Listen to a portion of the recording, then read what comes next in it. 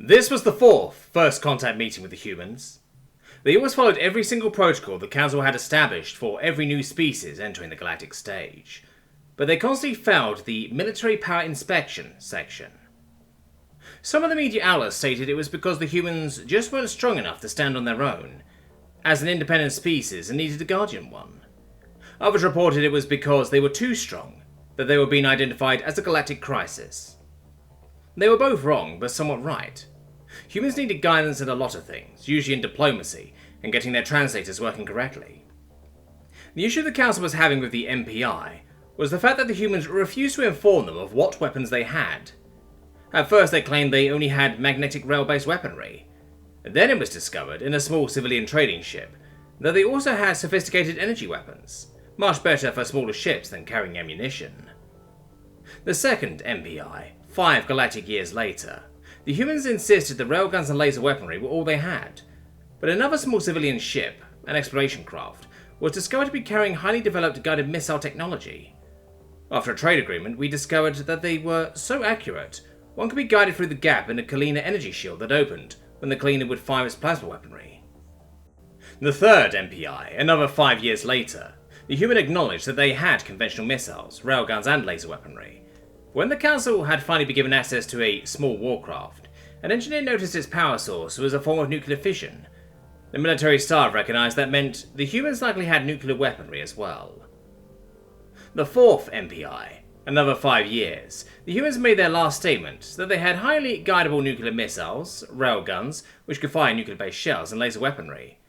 Believing a species like the humans couldn't possibly have more, they were accepted into the galactic stage as independents. Then the first war for them came. They were attacked by the Aoi, slaves and despots who barely missed being classed as a crisis. They were one of the strongest species in the galaxy. But the humans pushed them back. And that's when we learned the humans had many, many more weapons, but more terrifying ones. They unleashed a chemical weapon, one derived from what they called sarin gas. It annihilated an entire AOA invasion force in moments, so the AOA issued chemical weapon countering masks. The humans sent out a message that the AOI needed to surrender or there would be no return. Of course, the AOI refused. That's when, based on our records, the humans sent a suicide force to the AOI homeworld. There, the humans unleashed a biological weapon, one developed specifically to kill the AOI. We later discovered that the humans developed this weapon in a mere 3 galactic years after meeting the AOI. 3.9 billion AOI died on the homeworld. The ones who fled brought this weapon unknowingly to other colonies.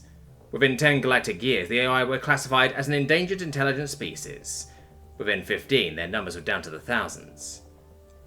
When the Council began discussing reparations, a forced peace treaty, and the possibility of the humans having to go through the steps to aid the AI in recovery, there was a data leak. The leak let us know that the humans had a weapon of such a nature for every single species. They had only been in the galactic stage for 20 years, not even half, barely even a quarter of a human lifespan. What we didn't know at that time is that it was all misunderstood. The humans in the first MPI did only have railgun technology. By the time the second MPI came around, they had mastered the technology of balancing energy outputs to make combat-capable laser weaponry to mount on their craft. By the time the third MPI occurred, they were able to make long-range, agile and accurate missiles based off atmospheric designs.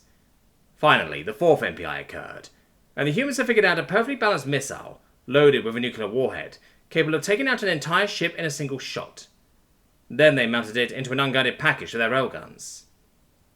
They had been developing military technologies for their entire existence, and were constantly adapting their arsenals.